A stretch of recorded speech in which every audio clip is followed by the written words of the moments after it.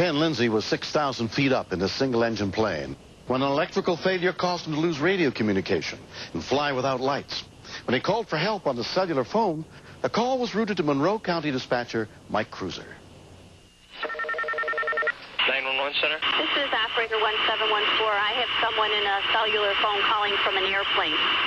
He needs to get a hold of the control tower at the airport. Can you help him? We can try, ma'am.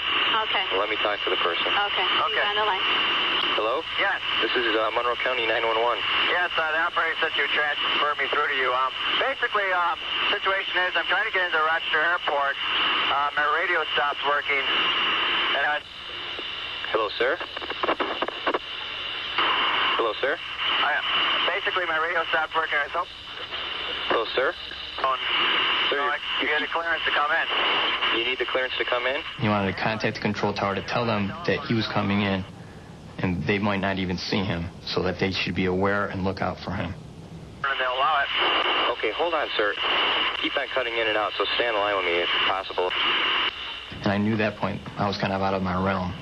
So I immediately called my supervisor. Sir, what kind of airplane do you have? And It's a Cessna 150. His danger of landing without clearance would be him hitting somebody in the air or hitting somebody on the ground. where are you located right now? I'm 15 miles east of the airport, over Palmyra. Put in alert 1. My supervisor informed me to start an alert 1 so I could send over the information to the flare dispatcher. This is 911 Center. We have Cessna 150. Dispatcher Sumelia contacted the Rochester Airport Fire Department. He's circling over Palmyra right now. I got his tail. We've never really had anyone call from a plane before, especially on a cellular phone, tell us they were having a problem. Pilot says he's in trouble. The only electric he has on board would be battery. Jim Hayes was the airport fire captain on duty. Anytime you have a small airplane that's flying into a major airport with jet traffic, you know, the potential for a collision exists there. Approach. This is the fire dispatcher. I'm trying to get through to the tower regarding the Cessna that's in trouble. Well, this is approach, and there's no one on approach. There's no one on tower frequency. We do have a... Air traffic controller Cindy Nath was working approach control in the radar room. It's got to be very unnerving to be out there with no lights. He can see other planes, but they can't see him. No, I'm not picking anything up. And if they can't see him, they can't avoid him. What is your name, sir? It's Ken Lindsay. To run out of battery power here on my cellular phone now. I just heard a sound. Is there any way you can plug into anything else on the... No, I No, you don't can't. have the battery. No, I can't. I'm almost out of here. Immediately, I asked my supervisor if he had clearance or not. He went over to the fire dispatcher. We do have a primary target that just is about 4 miles north of Palmyra. That's probably him. Okay, well, tell him he's cleared to land anything he sees. Okay, hold on 1 second. I'll try. My supervisor told me he had clearance. Hello, sir. But I lost him just at that point. The only thing he could do is use his cellular phone, and he's lost that to us now. He felt like he needed that clearance to come in, and if we couldn't get it to him, he wouldn't come in. Shame he wouldn't just come here. Just lost the primary on him. When the target disappeared, I was very concerned. Did you get anything at all? When we lost communications with him, it was real tense. Everybody was waiting for the phone to ring again to see if it would be him, so we could get him back.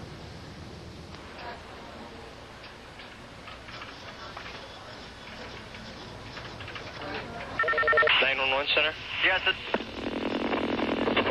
No power. Is just about to run out on this phone. Cessna 128, could you please... What? Please relay a message to Rochester. Cessna 18728 is coming in for a landing. Dave, I had that plane on the phone again. You still got him on the line? No, I lost him. Okay, I'll call tower. It was a big relief because we had bonded with him.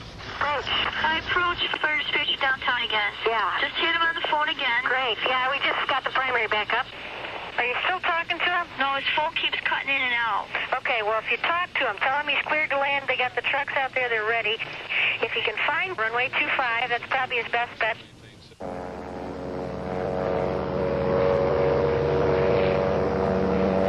Radar tower. Air traffic controller Jeff Romig was in the control tower. And 25 and 22 will be on. I turned the runway lights up full intensity,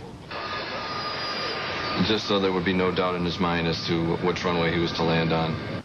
Still don't see him. It's like driving a car at night without your headlights or your instrument panel. You can't really see where you're going. We were out there approximately half an hour waiting for him. When it's dark like that, no lights, and you can't see him, you're a little anxious.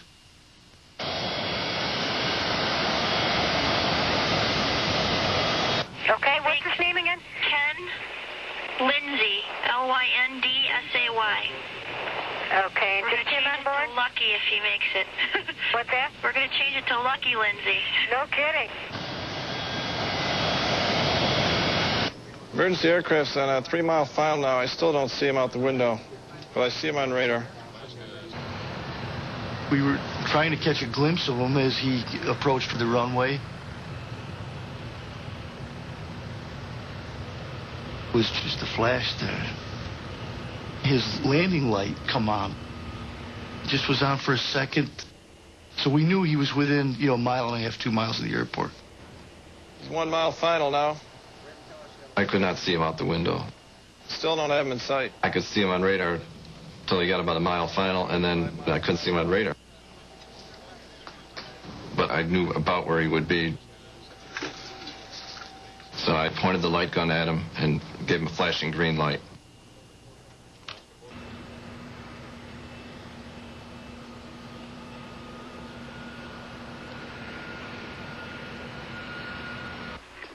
Okay.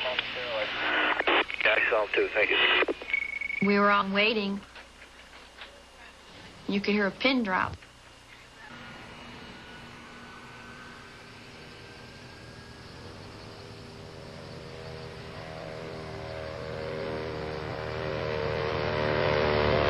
He's over the expressway, just about over the numbers now.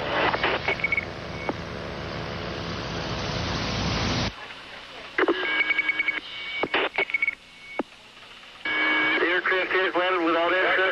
Hey, you guys, he's down. All right.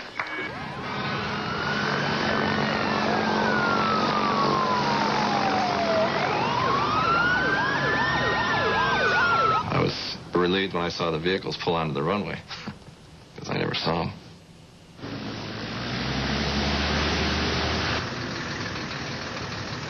We followed the plane to his parking space, and I go over and make sure he was okay, the airplane was okay.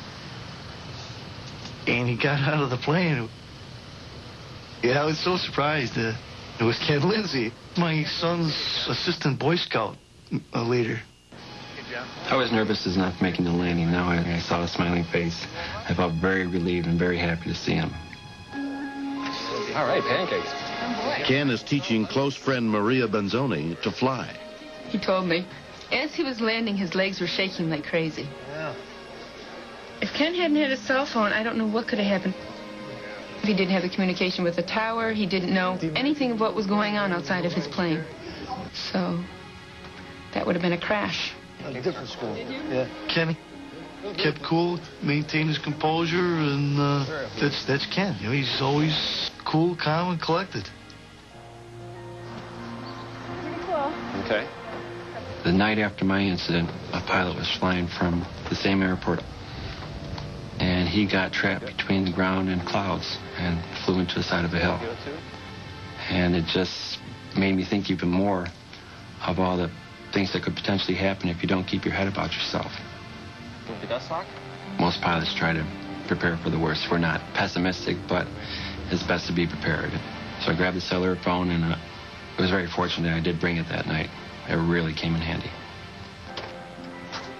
The thing that impressed me most was that he called up afterwards and thanked all of us. I think the whole team came together, and it all came to a safe ending. I think he was very lucky, extremely lucky. Next. The 3 young people, all of whom were unrestrained, were in a motor vehicle that was T-boned by a school bus. Hey, do you remember what